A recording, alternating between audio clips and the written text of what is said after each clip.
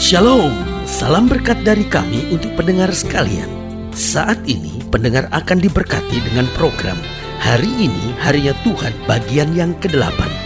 Sebuah program rohani tentang doktrin Alkitab yang menolong kita untuk semakin tertanam dalam kebenaran firman dan bertumbuh dalam kemuliaan. Bersama hambanya, Pendeta Gilbert Lumuendo, STH. Banyak orang merasa doktrin Alkitab sebagai sesuatu yang membingungkan. Tetapi tahukah saudara bahwa doktrin Alkitab intinya adalah memahami Alkitab dengan benar, dengan pemahaman yang sistematis, sehingga kita terus dapat tertanam di dalam kebenaran firman, sehingga kita terus bertumbuh di dalam kemuliaan Allah. Buka hati saudara sekalian untuk menerima berkat-berkat firman-Nya hari ini. Kuasa perkataan dalam firman Tuhan sebenarnya sangat jelas sekali, karena Alkitab dengan tegas berkata hidup dan mati seseorang ditentukan oleh lidahnya. Berarti hidup kita sangat ditentukan oleh perkataan kita. Contohnya sederhana, kebahagiaan kita, ya kan? Sebetulnya sangat ditentukan oleh perkataan kita. Kalau perkataan kita mengeluh terus, perkataan kita bersungut-sungut terus, lo bagaimana kita bisa bahagia, ya kan? Lalu misalnya mujizat dalam hidup kita, lo ingat Markus 11 ayat 23-24 bilang, apa saja yang kamu ucapkan, kalau kamu tidak bimbang tapi percaya, itu akan terjadi. Berarti saudaraku yang kasih dalam Tuhan, kalau perkataan-perkataan kita, perkataan-perkataan iman, maka itu akan mengundang mujizat dalam hidup kita. Jadi jelas bahwa kebahagiaan kita sangat ditentukan oleh perkataan kita, ya kan? Mujizat juga ditentukan oleh perkataan kita. Keluarga kita, ya kan? Ada banyak suami lari dari rumah, seringkali bukan karena setan, tapi nggak tahan sama perkataan, sama mulut istrinya. Ada banyak istri lari dari rumah juga sama, nggak tahan sama mulut dan perkataan suaminya. Dan ada banyak anak-anak luka, dendam, kecewa, sakit hati sama ayahnya, sama ibunya. Kenapa? Perkataannya. Berarti kebahagiaan kita, mujizat kita, sukacita di keluarga kita sangat ditentukan oleh apa? Perkataan kita. Pergaulan kita juga sama. Selalu saya katakan, orang yang kata-katanya negatif nggak akan memiliki pergaulan yang positif. Orang yang kata-katanya nggak jadi berkat nggak mungkin memiliki pergaulan yang menjadi berkat. Itu sebabnya ada banyak orang hidupnya sulit bergaul. Kenapa? Karena mulutnya jahat, saudara-saudara. Kita nggak suka sama orang yang mulutnya, perkataannya selalu negatif, selalu bersungut-sungut, selalu kecewa, ya kan? Selalu ngomongin orang, selalu nyakitin, ya kan? Kasar, seenaknya, nggak ada aturan, ya kan? Karena itu kalau kita mau punya pergaulan yang baik, pastikan perkataan kita, perkataan yang menenteramkan dan menyejukkan hati. Haleluya. Dan juga selanjutnya bahwa kehidupan kita sangat ditentukan perkataan. Itu misalnya semangat kita. Ada banyak orang gak bersemangat. Kenapa? Kata-katanya memang kata-kata negatif. Coba saudara perhatikan, orang-orang yang sukses biasanya perkataannya sangat bersemangat, perkataannya perkataan yang membangun, perkataan yang membawa damai. Karena itu berani saya katakan bahwa hidup kita sangat ditentukan oleh perkataan kita, baik kebahagiaan kita, mujizat kita, keluarga kita, pergaulan kita, semangat kita sangat ditentukan oleh perkataan-perkataan kita. Nah, perkataan seperti apa yang diperlukan? Nah, ini dia. Yang pertama, perkataan-perkataan iman.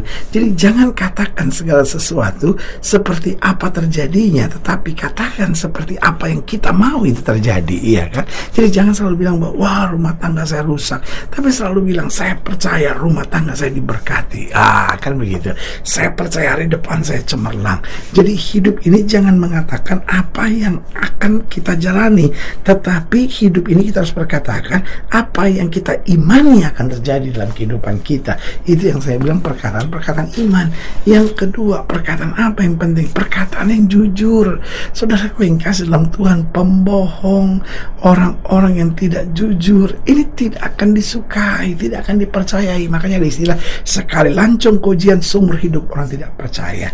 Jadi perkataan-perkataan anak Tuhan, yang pertama perkataan-perkataan iman, perkataan-perkataan firman. Yang kedua, perkataan-perkataan yang jujur, benar, benar, ya kan? Yang ketiga, perkataan-perkataan yang lembut. Nah, ini penting sekali. Prinsip harus tegas, tetapi perkataan kita harus perkataan yang lembut, saudara-saudara.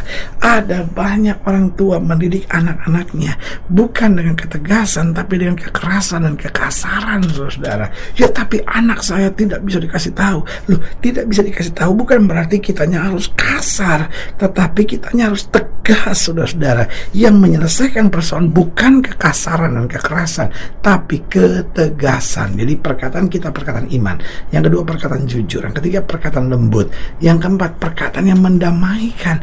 Karena untuk itu kita ada. Jangan justru ngadu domba. Waduh, ada banyak orang dipakai setan, saudara. Kalau ada persoalan, wah senangnya manas-manasin yang satu, manas-manasin yang lain. Ini kan ada roh adu domba. Perkataan yang seperti itu, perkataan yang jahat yang dikendalikan oleh setan. Tetapi perkataan anak Tuhan adalah perkataan yang mendamaikan. Haleluya. Dan yang kelima, perkataan anak Tuhan yaitu perkataan yang berhikmat. Selalu saya katakan, diam adalah pilihan yang tepat ketika kita sudah tidak punya perkataan yang membangun dan menjadi berkat. Saya ulangi sekali lagi, diam adalah pilihan yang tepat ketika kita tidak punya lagi perkataan yang membangun dan menjadi berkat.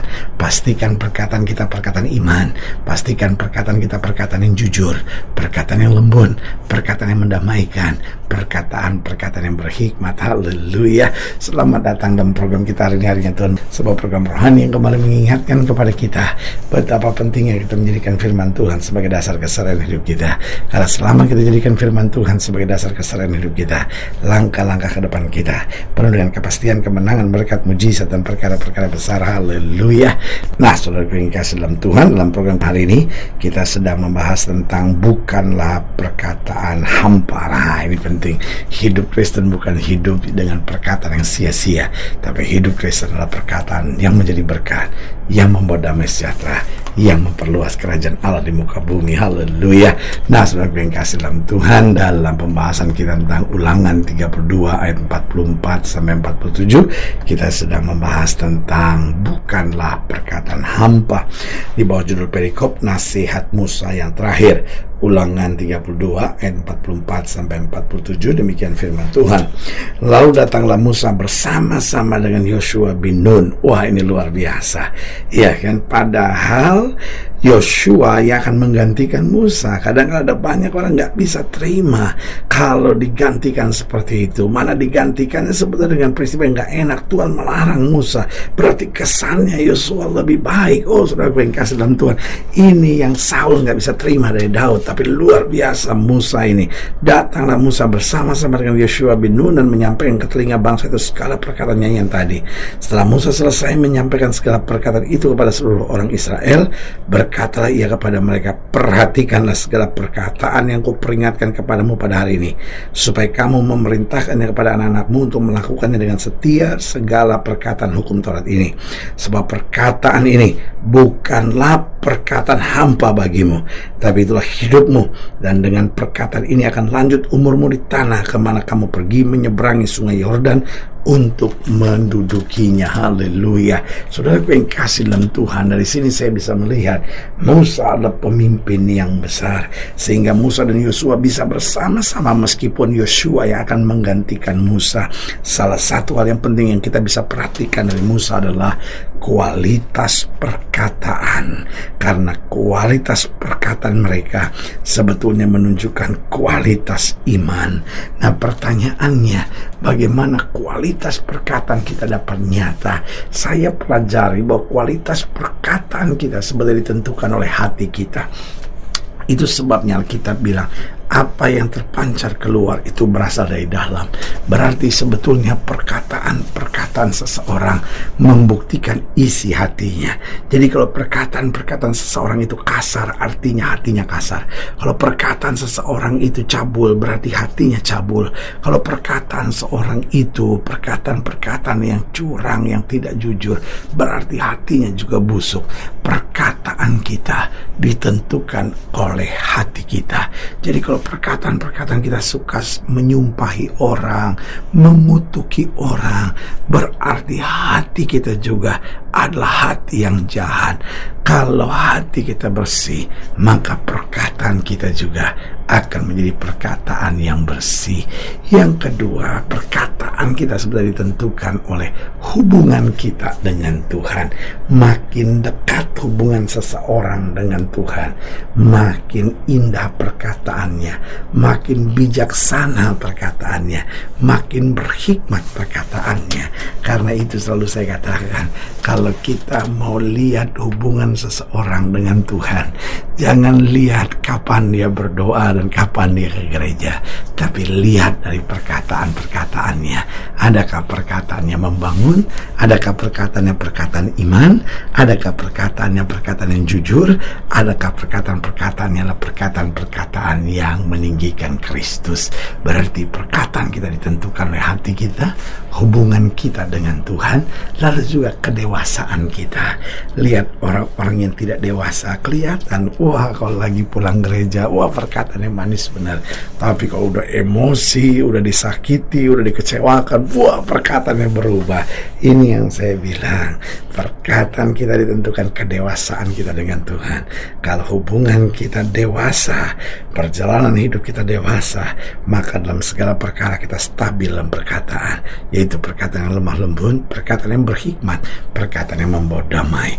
Dan yang keempat, perkataan kita ditentukan oleh keluasan cara berpikir kita. Ada banyak orang pikirannya terlalu sempit, saudara.